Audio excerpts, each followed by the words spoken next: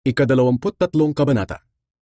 Tinitigang mabuti ni Pablo ang mga miyembro ng korte at sinabi, "Mga kapatid, kung tungkol sa aking pamumuhay, malinis ang aking konsensya sa Diyos hanggang ngayon."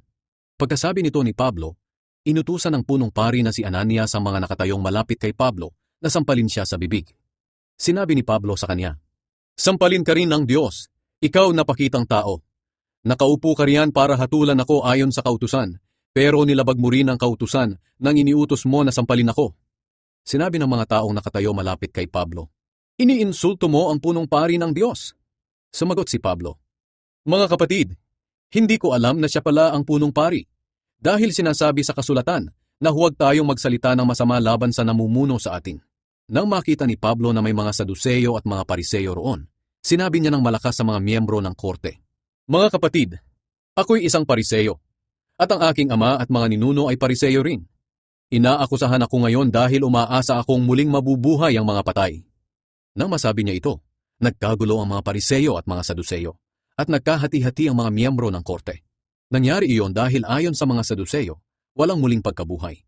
Hindi rin sila naniniwala na may mga anghel o may mga espiritu. Pero ang lahat ng ito ay pinaniniwalaan ng mga Pariseyo. Kaya ang nangyari, lumakas ang kanilang sigawan. Tumayo ang ilang mga tagapagturo ng kautusan ng mga Pariseyo at mariin nilang sinabi, "Wala kaming makitang kasalanan sa taong ito. Baka may espiritu o kaya'y anghel na nakipag-usap sa kanya." Lalong uminit ang kanilang pagtatalo, hanggang sa natakot ang commander na baka pagtulong-tulungan ng mga tao si Pablo. Kaya nag-utos siya sa kanyang mga sundalo na bumaba at kunin si Pablo sa mga tao at dalhin sa kampo. Kinagabihan, nagpakita ang Panginoon kay Pablo at sinabi sa kanya, "Huwag kang matakot, sapagkat kung paano ka nagpahayag tungkol sa akin dito sa Jerusalem, ganoon din ang gagawin mo sa Roma." Ang planong pagpatay kay Pablo. Kinaumagahan, nagpulong ang mahigit 40 Hudyo at nagplano sila kung ano ang kanilang gagawin. Nanumpa sila na hindi sila kakain at iinom hanggat hindi nila napapatay si Pablo. Pagkatapos, pumunta sila sa mga namamahalang pari at sa mga pinuno ng mga Hudyo at sinabi sa kanila, "Nanumpa kami na hindi kami kakain ng kahit ano hanggat hindi namin napapatay si Pablo. Kaya hilingin ninyo at ng korte sa commander ng mga sundalong Romano na gusto ninyong papuntahin ulit dito sa inyo si Pablo. Sabihin ninyo na gusto ninyong imbestigahan ng mabuti si Pablo. Pero bago pa siya makarating dito, papatayin namin siya." Pero ang plano nila'y narinig ng pamangking lalaki ni Pablo na anak ng kapatid niyang babae. Kaya pumunta siya sa kampo ng mga sundalo at ibinalita ito kay Pablo. Tinawag ni Pablo ang isa sa mga kapitan doon at sinabi, "Dalhin ninyo ang binatilyong ito sa commander, dahil may sasabihin siya sa kanya." Kaya dinala siya ng kapitan sa commander. Pagdating nila roon, sinabi ng kapitan, "Tinawag ako ng bilanggong si Pablo, at nakiusap na dalhin ko rito sa iyo ang binatilyong ito, dahil may sasabihin daw siya sa iyo." Hinawakan ng commander ang kamay ng binatilyo at dinala siya sa lugar na walang ibang makakarinig. At tinanong niya, "Ano ba ang sasabihin mo sa akin?" Sinabi ng binatilyo, "Nagkasundo ang mga Hudyo na hilingin sa inyo na dalhin si Pablo sa korte bukas, dahil iimbestigahan daw nila ng mabuti. Pero huwag po kayong maniwala sa kanila, dahil mahigit 40 tao ang nagbabantay na tatambang sa kanya. Nanumpa sila na hindi sila kakain at iinom hanggat hindi nila napapatay si Pablo.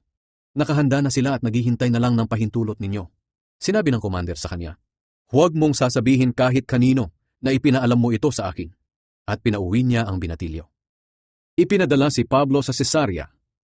Ipinatawag agad ng commander ang dalawa sa kaniyang mga kapitan at sinabi sa kanila, "Maghanda kayo ng 200 sundalo at ipapadala ko kayo sa Cesarea.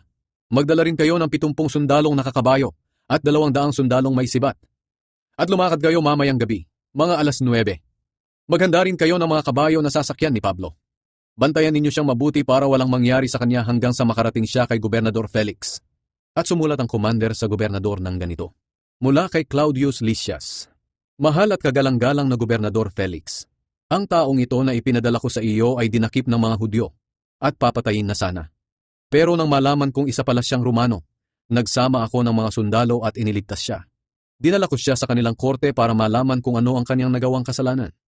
Natuklasan ko na ang akusasyon sa kanya ay tungkol lang sa mga bagay na may kinalaman sa kautusan ng kanilang relihiyon. Wala talagang sapat na dahilan para ipakulong siya o ipapatay. Kaya nang malaman kong may plano ang mga Hudyo na patayin siya, agad ko siyang ipinadala sa inyo.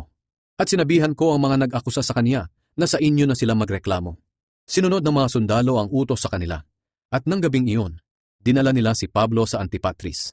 Kinabukasan, Bumalik ang mga sundalo sa kampo, samantalang nagpaiwan ang mga sundalong nakakabayo para samahan si Pablo. Nang dumating sila sa Cesarea, iniharap nila si Pablo sa gobernador at ibinigay ang sulat. Binasa ito ng gobernador at pagkatapos ay tinanong si Pablo kung saang lalawigan siya nanggaling. Nang malaman niyang taga-Cilicia si Pablo, sinabi niya, "Pakikinggan ko ang kaso mo kapag dumating na ang mga nag-aakusa sa iyo." At pinabantayan ng gobernador si Pablo sa palasyo na ipinagawa ni Herodes.